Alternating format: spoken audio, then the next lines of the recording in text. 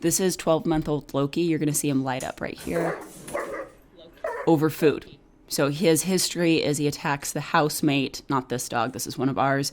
He attacks his housemate over food, and he's bit the owners a couple times over food situations. It's going to happen one more time when he misses the food right there.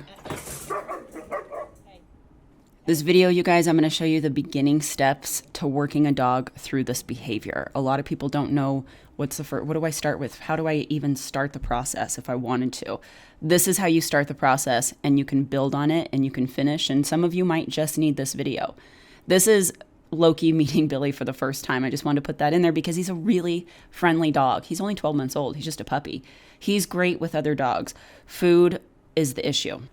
The first part of this protocol that I'm going to show you is I'm going to work his brain. I'm not just going to put a leash on this dog and set him up for failure and pop a leash. That would work for he and I, but what is he going to do when he goes back home to his owners? How are they going to know the timing? How are they going to know the body language? They're not. And plus, it's not fair. So right here, I'm doing something called hand feeding for eye contact. This alone will change your relationship with your dog if you do nothing else. Never skip this. This is the most powerful brain exercise in the beginning when you're starting out, and it's the most powerful way to build that relationship and the leadership. I've got food in both of my hands. All I'm doing is waiting for his eyeballs to look at my eyeballs. The second they do, I give a marker word. I say yes, and then I deliver him food. That's it. When you work a dog's brain like this, you can't imagine how exciting it is for them. They're learning. They're getting tired. They have a job to do. They're getting rewarded. All of this is good. All of this they love. And then you advance it and you stand up and you put your hands further away. So they have to find your eyeballs. In the future, the dogs just start looking to you for direction. You're the good thing. You're great. Every time that they make eye contact for you, you give them something to do. You either say, yes, here's food, or come over here to me, or we're doing something else. The next part of this is we're going to do the leave it command. This whole video is not cut. There's very, very, very few edits because I want you guys to see the process. I would typically never do this much with a dog in one session, but Loki is a part cattle dog. He's really, really smart, and he is so hungry to learn. So I just kept going to see how far I could take him. So what I'm going to do with the leave it command is I got high value food. So that means that it's like turkey, and I warmed it up a little bit. And I'm going to teach him leave it, which just means back off, don't touch it. And the point of doing this is the way I teach it means that you're never going to get a release word to go get that food. I'm never going to release you and say, okay, now you can go get it, ever. Leave it needs to be so strong that they leave it indefinitely. So I've got food in that fist that's on the floor right there. And when he lifts his nose away from that hand, I'm rewarding him with equally high value food in the other hand. I'm not saying leave it yet. I'm just waiting for him to lift his nose off my hand right there. Yes. And then I say yes, and I deliver food. You might be watching this and thinking, oh my God, my dog is so much more vicious. This is crazy. This would never work. This is what we do with every aggressive dog. I've had some of the toughest dogs in the country, dogs that have mauled me, that have broke my hands, that have gone after other animals, that have killed other animals. And this is what we do with every single tough dog. The only difference is if you have a dog that is human aggressive over food, you want to put them on a tie back. So you want to have their leash tied to something while you're doing this. In the event they get shitty, they're not going to come after you, or they're secured to something. So once he starts getting this, then I'm going to add the word in there. Then I'm going to add the phrase leave it. So watch my hand. He starts understanding, well, if I leave that hand alone that she puts down there, she immediately gives me food. So he just stops putting his nose on that hand. I don't know. I'm probably saying the same thing in this video. I don't even know. So that's what, so I'm going to start moving it around, and I'm going to start making it a little bit more challenging for him by lifting my hand off the food. And then I'm going to call the leave it.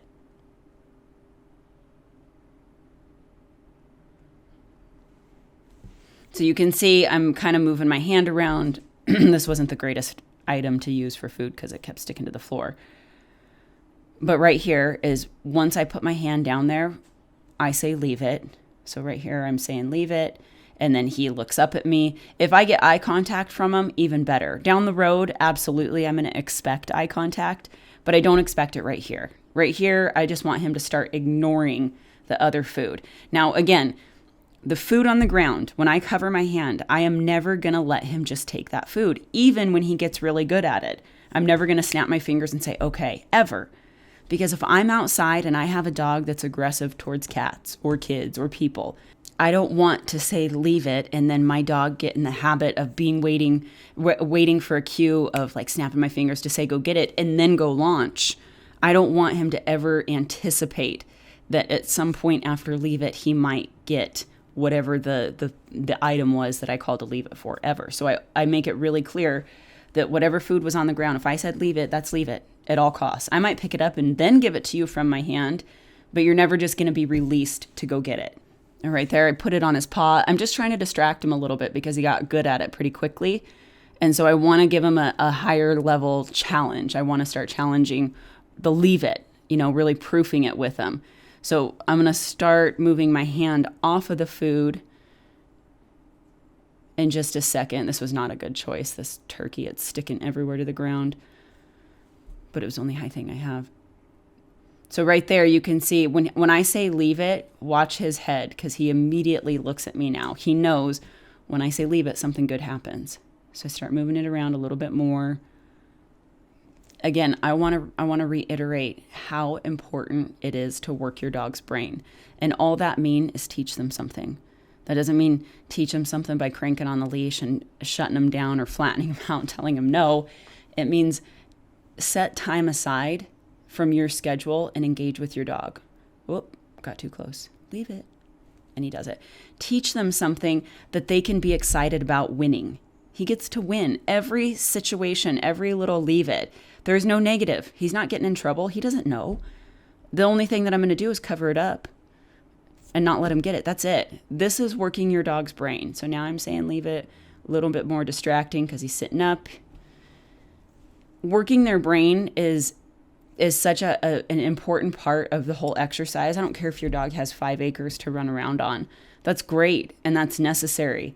But you still got to do this kind of stuff. You still have to teach them how to operate in a human home. What do they need to do? They don't know. It's a dog.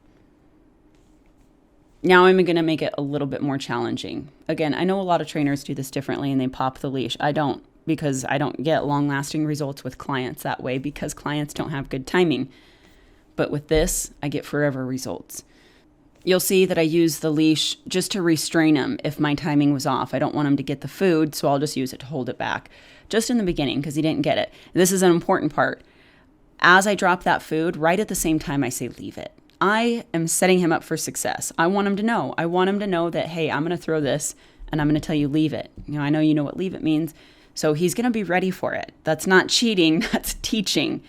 What I don't want to do, what I won't do with this dog, is throw it on the ground, let him go for it, and in that mid lunge, then try and call a leave it. It's not going to work. He doesn't know. It's not that bulletproof yet.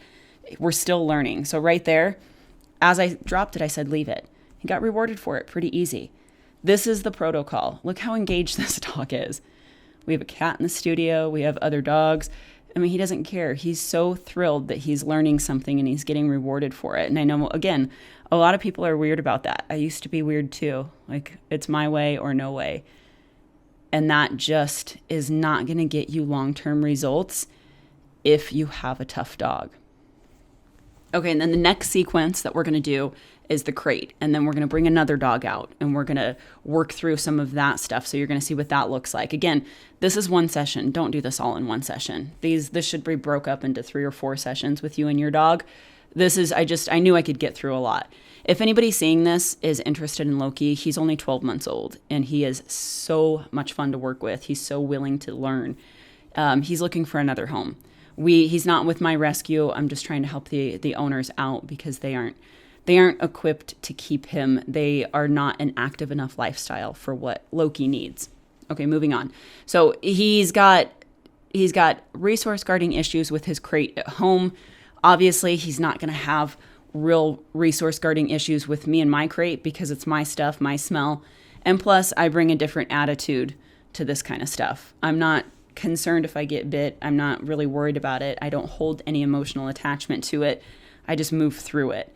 So I don't have any issues with that. I'm putting food in there. I'm telling him to leave it. I'm reaching in. I'm doing all this stuff just to see if he's going to do anything. And then we're going to bring Jeremiah out in just a second. And I'm going to start doing the same leave it protocol. I'm going to put him in the situations that seem to aggravate him the most, or seem to trigger him to guard his stuff the most. And that is when another dog is around. And you're going to see him. You're going to see I'm going to show you all the warning signs that people miss. And quickly, before we jump into this training sequence, I'm going to change the camera angle and break it down for you guys. I want to make sure that I let you know if you're struggling with something like this, you have to keep leashes on your dogs in the house while you're working through training, while you're working through this management system. You have to have structure. You can't have a free-for-all. They can't just be in bed on the couch roaming around. Utilize your crates, utilize your leashes, and if you have to, keep them separate. For Loki's situation, the owners aren't understanding what's happening and why things are happening. So the suggestion now is, if I'm going to continue to help you, you got to keep him safe. So that means either he's not out with the other dog or he wears a muzzle. Muzzles are a fantastic way to keep everybody safe. Okay, back to the training sequence. So you can see how I'm set up. I've got my leg right there, ready to throw up there. If something goes down, I'm holding on to Loki's leash. I just want to see how comfortable I can get him with food, with the crate, and another dog being around. This isn't something, again, that you should do in one session, but I am really impressed with how, I wasn't ready for Jeremiah, with how great Loki is doing. And so I would do this sequence without another dog for probably 4 or 5 sessions. And once we got good, then I would add another dog and start working at a distance. But this is the crash course. Okay, so there's food on the ground right there. Now I'm going to drop it. I'm going to call a leave it right there. And then we're going to let Jeremiah come up and eat that food. And Loki does pretty good. This is pushing it. I'm totally pushing it. But I was really surprised that he did as good as he did. Oh, you saw a tiny lip lick right there. Not much, but tiny. That means I'm uncomfortable. You're going to see another one in just a second. He's going to give you all the warning signs that he's about to go. So I threw it, told Jeremiah to come get it.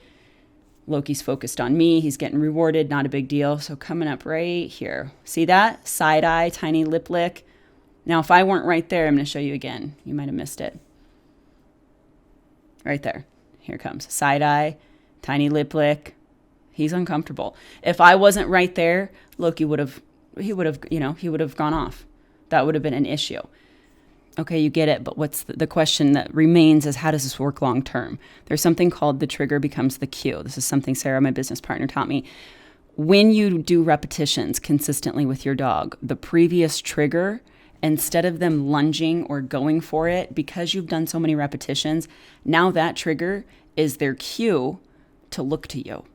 So I've done leave it so many times with a couple of my dogs by this particular house. Now when we get to that house, they don't even lunge or bark or get weird. They just look at me because they know when that old trigger shows up, if I look at her, I get rewarded. We do something cool. We're having a good time together. The trigger becomes the cue. That's how it works long term. This is one major piece to a big puzzle. This isn't the only thing. You still have to exercise your dog, do other things with them, go for walks, go for hikes, give them structure. This isn't the only part, but it is definitely one of the most important. If you're here in Phoenix, Arizona, and you need help, Sarah and I are doing in-person training appointments. If you're in the country, on the planet, and you need help, we also are doing virtual clients. If you need a detailed breakdown of this video, we've got $20 courses. I'm going to link everything in the description. I'll also throw it in the comment section. Let me know if there's something that you want to see. If you're not seeing videos and you need help with something, drop it in the comment section and we will certainly get to it. Like, subscribe, hit that notification bell. We'll see you guys in the next video.